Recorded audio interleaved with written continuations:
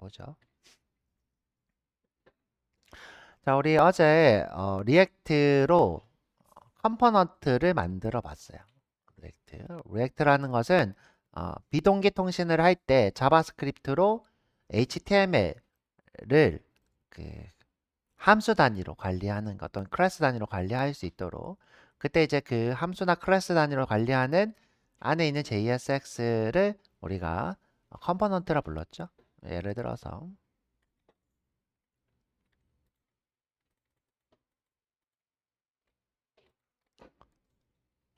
자, 지금 이런 걸 우리가 HTML이라고 안 부르고 자바스크립트에서 쓰는 HTML이라 해서 JSX라 부른다고 했어요. 요거는 어디서 제공하는 문법이라 그랬죠?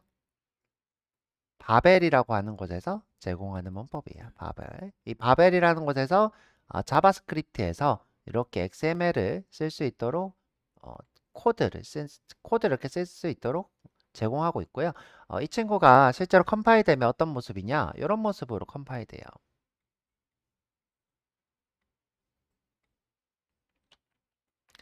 자, 우리가 이렇게 HTML을 쓰면 실제로는 이게 HTML이 아니라 엘리멘트를 만들고 있는 거예요. 이렇게.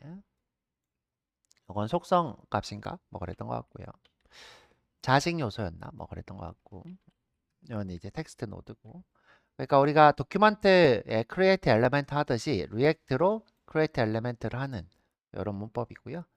자, 그래서 이제 다시 돌아가서 이렇게 쓰는 이유가 우리가 어떤 단위를 그러니까 우리가 화면에 출력하고 바뀌는 내용을 이렇게 HTML처럼 다룰 수 있도록 자바스크립트 안에서죠. 할 수 있도록 하는 것을 JSX라 하고 이 안에서 내가 이 내용들 뭐 조회를 해올 수도 있고 또는 뭐 계산을 할 수도 있고 자 이런 것들을 이 함수에서 처리를 하는데 이런 함수를 우리가 컴포넌트라고 한다고요. 컴포넌트.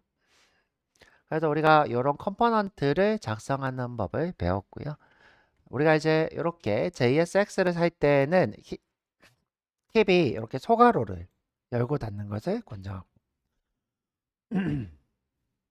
그 다음에 이제 이 JSX는 기본 HTML이랑 똑같은 태그명들이 존재해요. 똑같은 태그명들. 그 다음에 이렇게 앱이라고 하면 앱이라는 태그가 만들어지고요. 앱이라는 태그가 만들어진다. 이렇게 얘기했죠. 그래서 이런 태그를 만드는 거죠. 태그. 그래서 기본 태그가 있고 내가 태그를 만드는 거고 그 다음에 이 안에는 똑같이 함수니까 변수를 선언할 수도 있고 비동기 통신을 할 수도 있고 뭐 그러겠죠. 그 다음에 여기 있는 내용을 내가 출력하고 싶으면 이렇게 중괄호 중괄호 안에다가 하면 되고요.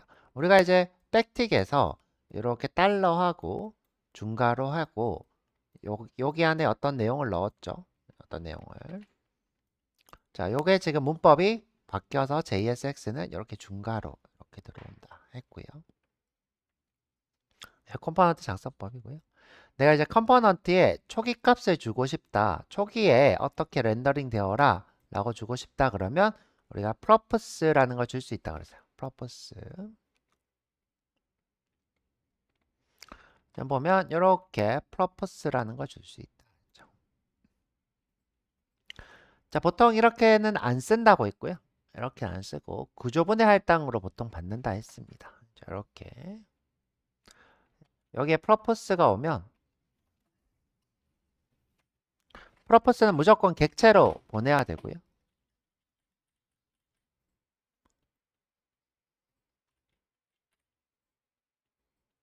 자, purpose는 객체로 이렇게 보내야 되는 거죠. 현재 이렇게 써져 있다는 거는 name, 나이, 직업 자, 이렇게 객체를 보냈다는 거죠. 이렇게. 그러면 이제 여기서 구조분해 할당은 뭐다? name의 값을 받아서 이렇게 받겠다. 이게 지금 중괄호가 있죠? 중괄호가 있어요. 그래서 이 name 경미만 오고 40만 오고 좌만 이렇게 오는 거죠. 이걸 구조분해 할당이라 불러요. 그 다음에 이제 내가 자식 요소를 보낼 때는 children 이렇게 해서 보낼 수 있다 했죠. 이렇게 children 하면 지금 현재 이 박스에 있는 자식 요소들 자, 여기서부터 이까지가 이렇게 children으로 와서 이렇게 전달이 되는 거예요. 그래서 이제 purpose 안에는 children이라는 필드가 있는 거죠. children이 요 자식 요소들. 그래서 이제 우리가 초기값에 대해서 배워봤고요. 자, 그래서 작성법을 배워봤죠. 그 다음에 이제 유의해야 될 것도 했는데 요 중괄호가 일단 유의해야 될 부분이고, 그 다음에 이제 요 purpose는 구조분해 할당으로 받느라 요것도 주의할 점이고, 그 다음에 이제 우리가 배열로 받는 법도 배열로 이제 처리하는 것도 배웠어요. 우리 코드를 보면 자, 우리 리액트에서 바이트 리액트 여기 src에서 앱이었나요? 네.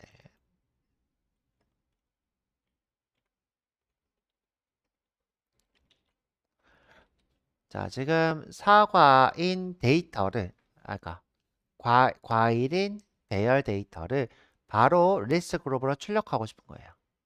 리스트 그룹으로. 그러면 이렇게 맵이라는 방식으로 한다. 이렇게 했고요.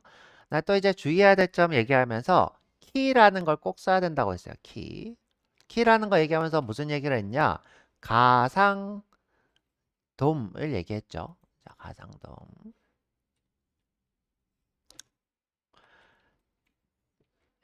자, 돔이라는 것은 우리가 이제 돔트리 돔 얘기하죠. 우리가 작성한 코드를 어떻게 개체로 만들어서 렌더링 할 준비를 하는 거예요. 렌더링, 출력할 준비를 하는 거죠. 자, 그런데 이제 가상돔은 이 친구를 똑같이 생긴 객체를 하나 만들어 놓은 거예요. 똑같이 생긴 거. 똑같이 생긴 거. 그러니까 제가 이렇게 하면 좀 그렇고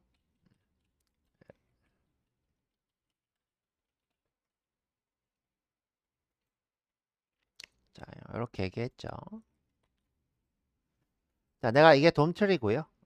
트리 모양으로 되어 있죠. 이거랑 똑같이 생긴 걸 만들어 놓고 똑같이 생긴 걸.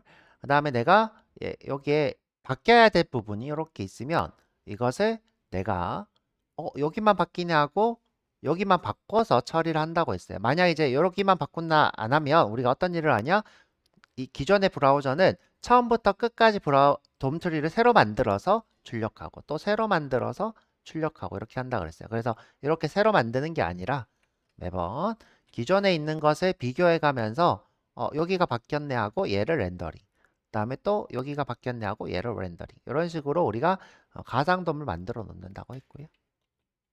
그때 이제 우리가 이제 li 요소들은 이렇게 배열로 있는 자식 요소죠. 배열로 이렇게 여러 개가 존재하는 것을 우리가 가상 요소인데 무엇이 바뀌었다라는 것을 그러니까 얘가 바뀌었는데 얘가 몇 번째야 라는 걸 인지하기가 쉽지가 않아서 얘들한테 뭐라고요? 고유번호를 주는 게 키라고 했어요. 고유번호를 줘서 키가 3번인 친구가 바뀌었어. 키가 4번인 친구가 바뀌었어. 이런 식으로 얘가 4번이죠. 4번인 친구가 바뀌었어. 이런 식으로 우리가 어떤 고유 아이디로 식별자로 바뀐 것을 알려주기 위해서 존재하는 것이 키. 그래서 우리가 꼭 이렇게 리스트인 친구들은 키를 써야 됩니다. 리스트인 친구들은. 그래서 이렇게 리스트로 출력할 때는 키를 쓰는 편이고요. 키. 배열로 이렇게 출력을 하고 있죠. 그때 이제 인덱스를 쓰고 있는데 인덱스는 좋은 방법이 아니라고 했어요. 인덱스는 좋은 방법이 아니라고 했어요. 인덱스는 항상 바뀔 수 있기 때문에 고유 아이디를 쓰는 게 좋은데 우리는 이제 수업이니까 심플하게 고유 아이디 없이 이렇게 한 상태고요. 그 다음에 이제 우리가 배워본 게 스테이트.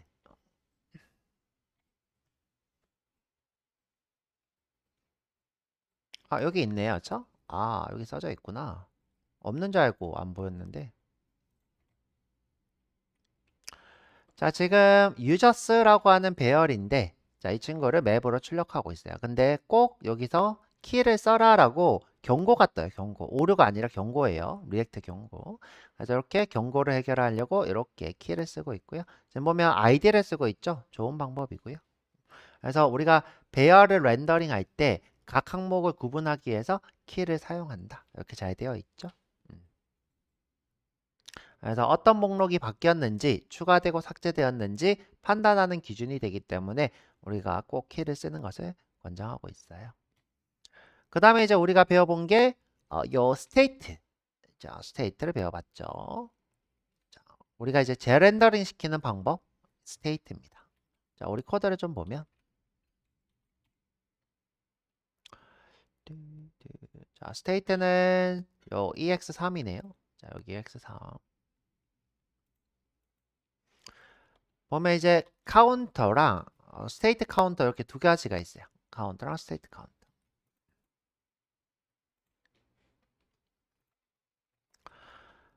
자, 현재 이 카운터는 이 버튼에 의해서 버튼을 누르면 이 친구를 증가시키고 있죠. 1, 그냥 또 누르면 2, 그냥 또 누르면 3 이렇게 증가시키고 있어요. 자, 그러면 이제 이 친구가 바뀌었으니까 얘도 1, 2, 3 이렇게 바뀌면 좋은데 자, 그렇게는 하지 않는다는 거예요. 이렇게 하지 않고 그냥 이제 내부적으로만 바뀌어 있습니다. 자, 그래서 우리가 한번 실행을 해보면 cd 이렇게 하지 말고 그냥 여기 보면 패키지 제이슨 여기서 바이트를 누르면 됩니다. 이 바이트 실행하면 이렇게 실행된 거 뜨고 자, 이렇게 내가 누르면 이렇게 바뀌었는데 그렇죠? 바뀌었는데 얘는 안 바뀌고 있죠. 뭐 근데 뭐 당연한 거예요. 일반적인 자바스크립트에서는 우리가 바뀐다고 해서 내가 여기 출력을 해야지 바뀌죠. 근데 이제 우리가 스테이트를 쓰면 어떻게 되냐? 이렇게 바뀝니다. 그죠? 바뀝니다. 자, 그래서 우리가 스테이트 쓴 코드를 보면 이렇게 바뀌어 있어요. 이제 보면 자, 스테이트 쓰는 법은 이렇게 씁니다. use state. 자, 그러면 리액트라는 저장소에 스테이트가 생겨요. 스테이트가 생겨서 여기 안에 이제 cnt라는 값이 들어오는 거죠. cnt. 자, 그러면 이제 요 setcnt라는 걸 이용해 가지고 요 cnt 값을 바꾸도록 호출을 해요. 호출. 그래서 바뀌면 이 컴포넌트를 재렌더링을 해요. 아예 그냥 재시작한다고 생각하면 돼요. 자, 이 친구가 완전히 재시작되더라. 그러면서 자, 여기 있는 바뀐 값으로 하게 되는데 제가 이 스테이트 쓸 때 플러스 플러스 쓰면 안 돼요. 지나가는 말로 플러스 플러스 쓰면 리액트가 싫어한다 또는 권장하지 않는다 이런 얘기를 했었죠. 그래서 이거 왜 안 되는지 좀 이따가 배워볼 거고요. 왜 플러스 플러스를 쓰면 안 되는지 이건 이제 아까 얘기했던 재렌더링 요청과 같은 거고요. 이 스테이트는 이 상태에서 다시 못 바꾸고 셋으로만 바꿀 수 있어서 그래요. 자, 그거 한번 수업을 해볼 거고요. 그거 해볼 거고 그 다음에 제가 이렇게 쓰는 것보다는 이렇게 쓰는 게 좋다라고 지나가듯이 얘기했어요. 지금 몇몇 분은 플러스 플러스라니까 아예 동작을 안 해요. 저도 동작을 안 했으면 좋겠다고 생각했는데 동작을 해서 이렇게 두긴 했는데요. 여튼 이렇게 하는 게 더 좋다고 했는데 그 이유도 설명을 할 거고요. 그 다음에 지금 제가 어제 리액트에서 이렇게 쓰는 것보다는 콜백 함수로 쓰는 것을 더 권장한다 이렇게 했는데 그 이유도 설명을 좀 한번 해드려 볼게요. 자, 그래서 35분까지 쉬었다 와서 왜 요 스테이트 값을 플러스 플러스 하면 안 되는지 그 다음에 요 콜백 함수를 왜 써야 하는지 한번 보도록 할게요. 자, 쉬었다 오세요. 35분까지.